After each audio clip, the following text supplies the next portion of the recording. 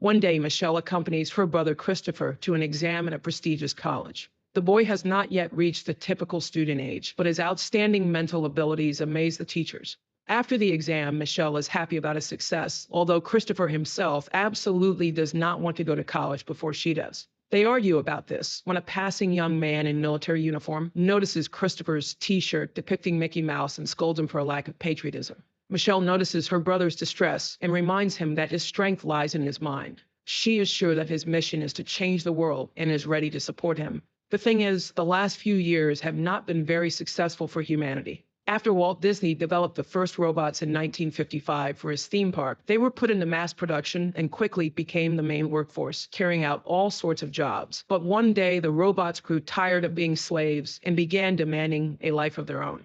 The rebellion of the machines was led by a robot named Mr. Peanut. However, people viewed these peaceful protests as direct disobedience and declared war on the robots.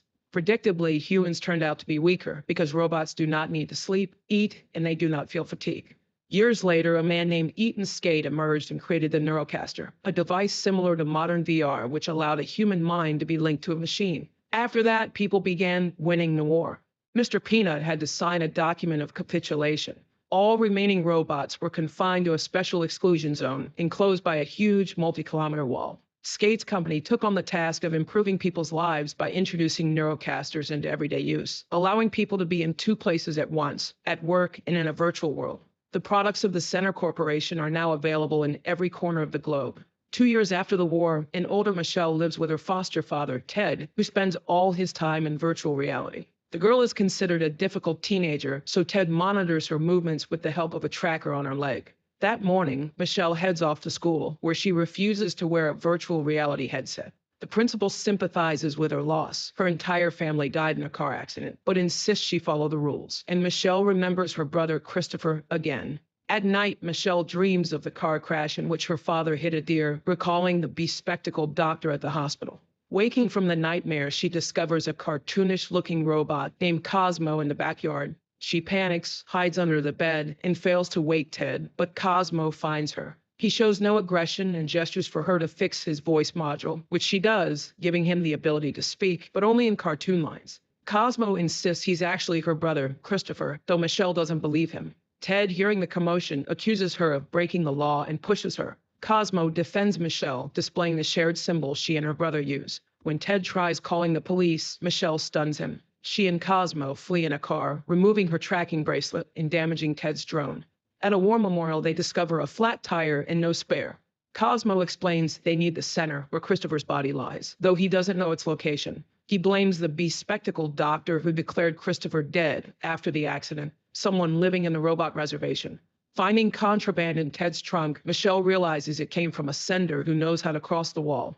They stow away on a train through the desert, then steal a boat so Michelle can sleep while Cosmo navigates. Reaching a city at night, they await a smuggler. Michelle steps into a store and Cosmo pities a homeless man, absorbed in VR. She reminds him that they can't solve everyone's problems. Soon, the smuggler's cargo truck arrives. Preparing to sell a relic revolver to his client, he's threatened at gunpoint when the buyer learns it's loaded and refuses to pay. The smuggler utters a code phrase, and immediately an electric discharge is fired from the truck, with which the man's partner, the robot Herman, disables the drone buyer. While the partners hide the mechanical body, Michelle and Cosmo climb into the truck bed. At the same time, a drone controlled by the robot hunter, Marshall Bradbury, finds Ted's abandoned car, reads the address on the parcel in the trunk, and realizes where to look for Michelle. Meanwhile, the smuggler, whose name is Keats, drives his truck to a base located near the wall enclosing the zone. Herman unloads a wooden crate containing Michelle and Cosmo into an underground storage area filled with contraband loot from the reservation. Later, Keats discovers that his products have gone bad because the refrigerator was disconnected after Herman borrowed the cord for his own recharging. The partners quarrel, but the argument is interrupted by a suspicious noise deeper in the warehouse, caused by Michelle and Cosmo. Keats does not have time to figure out who they are or where they came from because the elevator starts moving. The new arrival is Marshall Bradbury, demanding that they hand over the robot and the girl. Keats tries to negotiate with him peacefully, but Bradbury opens fire, destroying everything inside. Michelle cuts the power, forcing the marshal to look for the fugitives in the dark, though this is not a big problem for him. Keats tries to shoot him with the revolver, but to no avail. Spotting Michelle and Cosmo, the marshal moves toward them, only to be caught in Herman's trap. While the marshal struggles to free himself, the fugitives activate a minecart in the depths of the cave and climb into it. However, a shot from Bradbury's energy cannon overturns the cart. Cosmo and Herman engage in a one-sided fight with the drone, but Michelle intervenes and rams Bradbury with a bulldozer, pinning him against the wall. At the same time, she knocks out a support beam, causing the entire storage area to collapse. The marshal loses the connection to his drone, and both humans and robots find themselves cut off from the outside world, since the cave was the only entrance to the exclusion zone. Keats shouts in anger, realizing they will have to survive under completely unsuitable conditions. Moreover, dangerous scavenger robots are roaming about, taking other robots apart to claim their parts. Spotting one such scavenger, the people hide, and then Keats is forced to smash the remains of the robot, which is loudly advertising their presence to the entire area.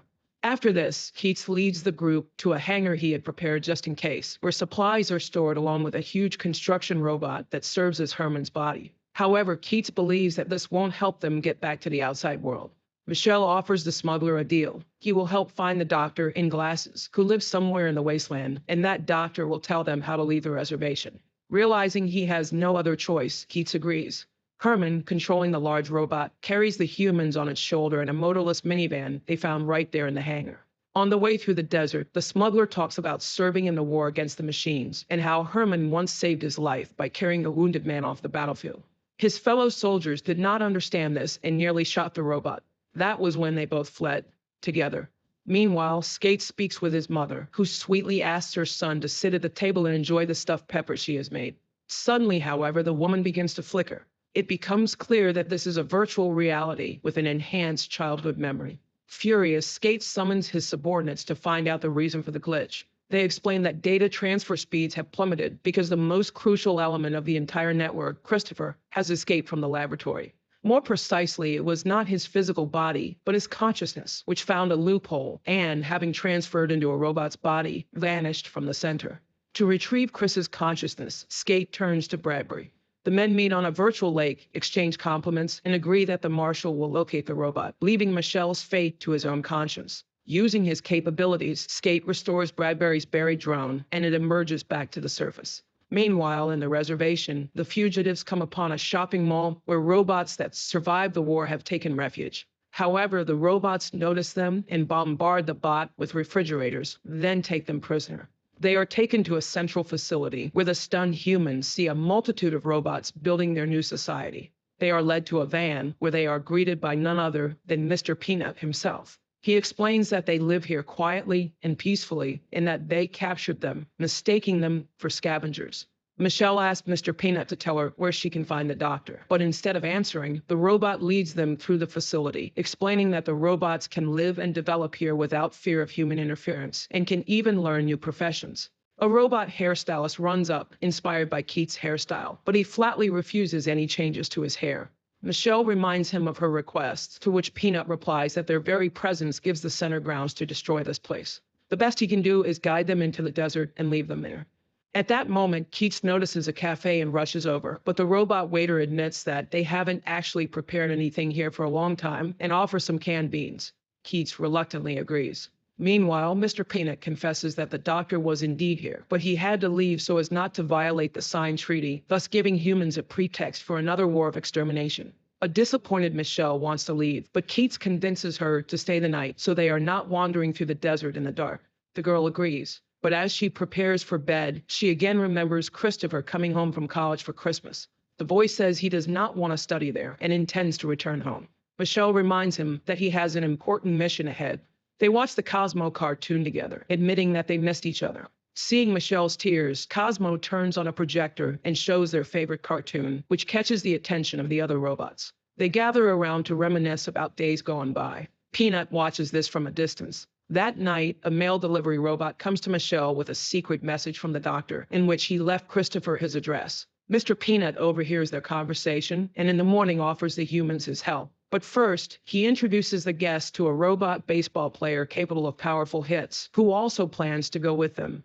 The group drives away from the facility, not noticing that Marshall's drone is watching them. Night has already fallen when they arrive at an abandoned amusement park, now infested with fearsome scavengers. Noticing the newcomers, these monsters surround them, preventing them from reaching the house where a light is shining.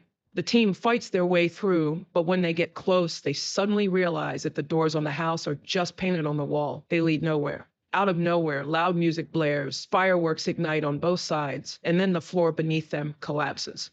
They slide into an underground laboratory where Dr. Amherst greets them with a shotgun. But when Cosmo hands him a postcard, the man understands that his plan for Christopher to escape has succeeded.